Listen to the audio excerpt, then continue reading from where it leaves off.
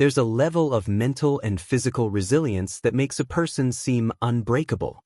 Today, you'll learn how one man achieved it over 400 years ago and how you can apply the same principles. Have you ever met someone who never falters? Someone who faces any challenge without hesitation, without backing down, and without negotiating with themselves?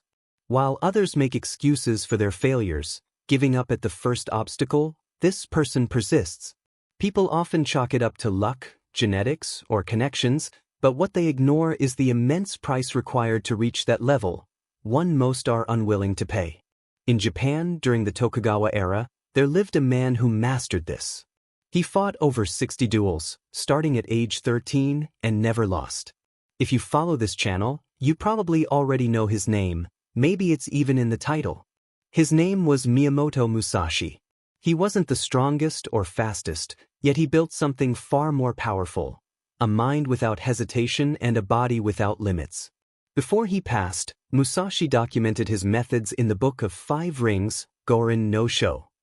Within those pages lies a precise blueprint for transforming your mind and body into something extraordinary, something that makes people wonder, how is that even possible?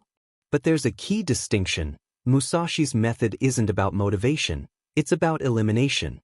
He didn't gain strength by adding more, he removed everything that stood in his way.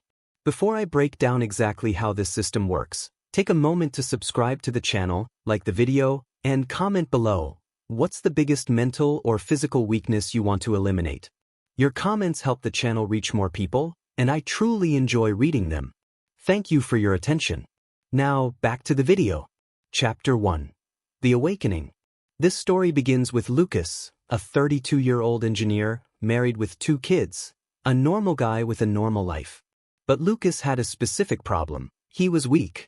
Not just physically, but mentally as well. He woke up each day intending to exercise, yet his gym memberships ended 3 times in cancellations. Diets began on Monday and collapsed by Wednesday. He promised to wake up early but hit snooze repeatedly. Strong intentions, weak execution. It got worse. At work, he froze under pressure. At home, he avoided difficult conversations with his wife. When his children needed guidance on discipline and values, he left it all to her.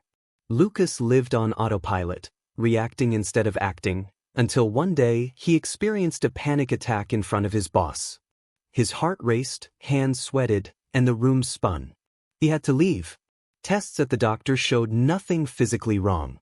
The diagnosis: stress, anxiety, and underdeveloped mental fitness.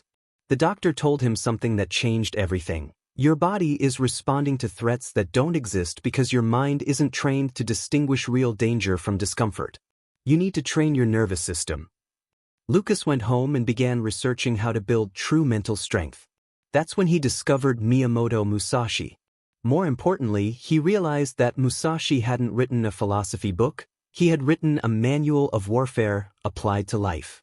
Chapter 2. The Principle of Elimination. The first lesson Lucas read in the Book of 5 Rings was something that seemed paradoxical. Chapter 2. The Principle of Elimination.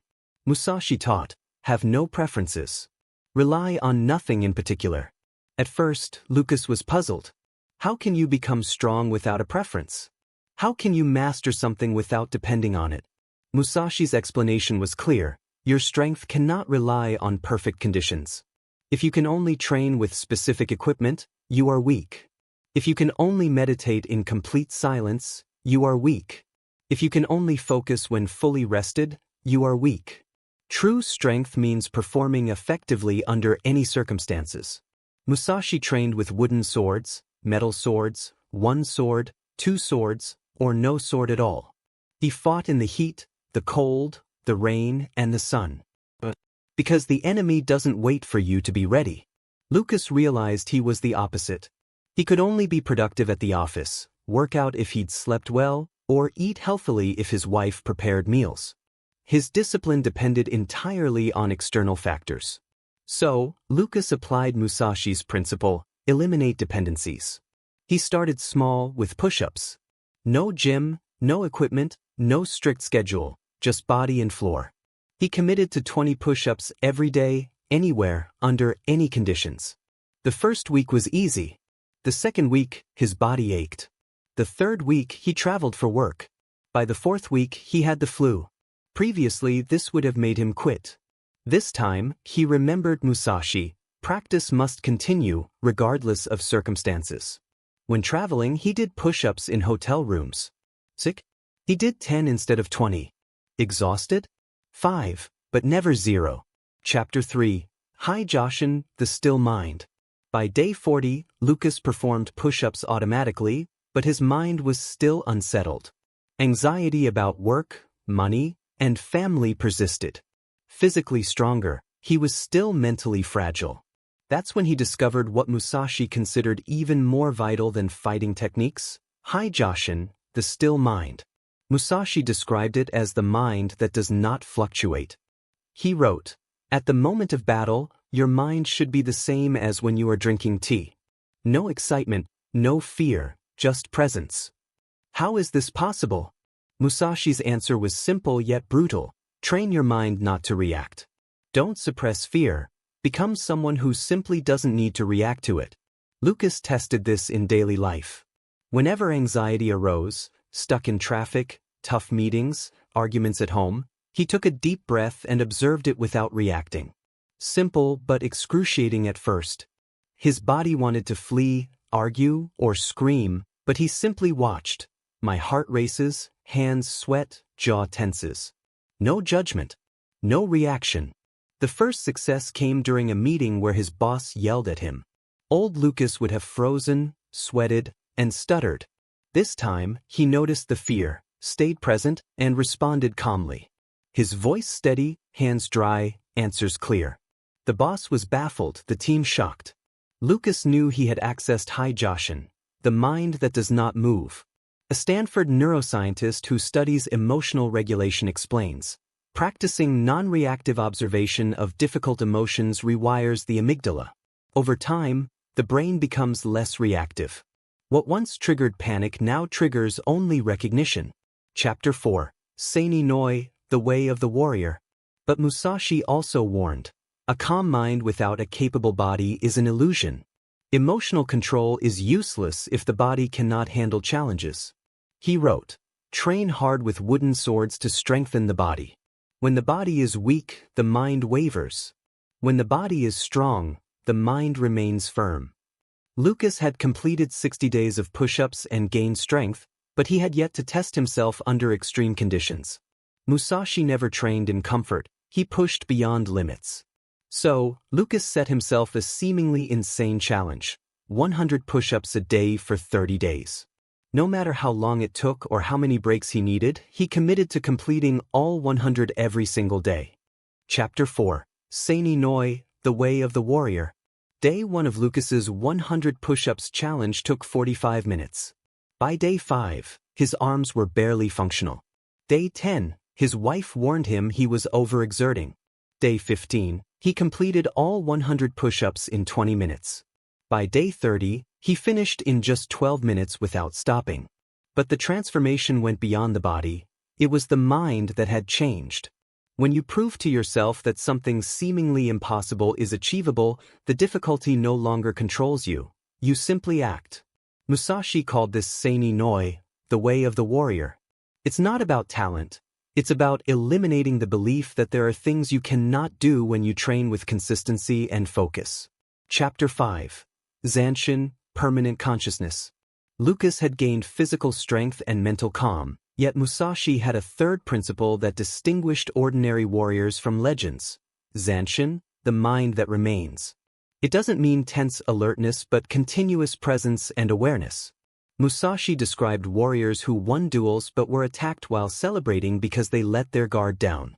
He explained, the battle doesn't end when the enemy falls, it ends when you are safe. Zanshin is the awareness that doesn't relax until everything is truly resolved. Lucas realized he often did the opposite. After finishing a project, he relaxed completely. After reaching a goal, he stopped training. He solved one problem and ignored signs of the next. He began practicing Zanshin in daily life. After push-ups, he stood for 30 seconds, breathing and observing. After challenging meetings, he sat for a minute to process events. Small acts, but they reinforced awareness and integration of lessons. Within 90 days, colleagues noticed a difference. You seem different. More present. You don't get fazed by anything, they said. His wife asked directly, "What happened to you? You seem like a new person." She was right, he was different. Chapter 6. Phoshen, the Still Mind. The real test came on day 105. Lucas was called into an emergency meeting. The company was making cuts, and he was at risk of being fired. Previously, this would have triggered panic, heart racing, mind spinning, catastrophic scenarios forming. This time, he noticed the initial shock, acknowledged it, and remained composed. His mind did not react, and his body did not enter fight or flight mode. He was simply present. "I see. What's the schedule?" Lucas asked calmly. The boss, surprised, replied, "You have 30 days. Lucas left, returned to his desk, and continued working while colleagues panicked, called home, or froze. He remained steady, practicing what Musashi called phoshen, the still mind, unshaken by external circumstances. Musashi wrote, "The tree is quiet not because the wind is absent, but because its roots are deep." Lucas's roots were now firmly planted. 105 days of disciplined training, emotional observation without reaction, and sustained awareness. When the storm hit, he didn't break. He had been tested and strengthened repeatedly. Over the next 30 days, while others panicked, Lucas took action, updating his resume, networking, attending interviews. By day 23, he had 3 job offers and chose the best, earning 40% more than before. Colleagues who panicked were still unemployed 3 months later. A sports psychologist with experience coaching Olympians explains, "The difference between those who perform under pressure and those who collapse isn't talent, it's deliberate exposure to discomfort. Resilience isn't innate, it's built repetition by repetition." Chapter 7. Hi-ho, the strategy of the void. Musashi's final principle was the most challenging and powerful. Hi-ho, the strategy of void. He wrote, "In combat, do not intend to win, intend not to lose." While it may sound similar, the meaning is distinct. Fighting to win often exposes weaknesses. Fighting not to lose keeps you intact, without gaps, without vulnerability. Lucas applied this to his new job. Rather than trying to impress or prove his value immediately, he focused on avoiding mistakes. He arrived on time, fulfilled promises, avoided drama, and didn't overcommit. 3 months later, he was promoted. The boss said, "You may not be the most brilliant on the team, but your reliability surpasses brilliance." Musashi never lost a duel, not because he was stronger or faster, but because he never gave his opponent an opening. Lucas had learned the same lesson. Success comes from eliminating weaknesses, not seeking flashy wins. He observed his opponents, waited for mistakes, and acted with precision, absolute efficiency, no wasted motion. Lucas began applying the same principle to all areas of his life. In his diet, he didn't strive for perfection. He simply avoided junk food during his training. He didn't attempt to break records in relationships. He simply never failed to keep his word. He didn't try to be the ideal husband. He simply maintained integrity, no weaknesses, no gaps, no excuses. Chapter 8. Sudi, letting go of the self. 6 months into his journey, Lucas was physically stronger, mentally resilient, and emotionally balanced. Yet one internal barrier remained, fear, not of external challenges, but of losing what he had built. He worried that skipping a day would undo everything, that his strength was fragile. This was when he encountered Musashi's ultimate principle, Sudi, abandoning the self. Musashi's final words were profound. "I regret nothing. I fear nothing. I desire nothing." To achieve this, he explained, one must stop identifying with outcomes. Successes and failures are not the self. Practice itself is the self. Lucas tested this rigorously. He stopped counting days of training, stopped celebrating milestones, and removed all forms of external validation. The training, meditation, and discipline continued, but now without ego, recognition, or fear. He realized that true strength is permanent. You cannot lose what you have become. You can only lose what you possess. At this stage, something unexpected occurred. People began avoiding him, not because of arrogance, but because his presence challenged them. Eliminating fear, hesitation, and need for validation made him a mirror. Others confronted what they had not cultivated in themselves. Colleagues stopped complaining, friends ceased teasing, and even family commented on his seriousness. His existence reflected the uncomfortable truth: limitations are often self-imposed. Chapter 9. The Complete Transformation.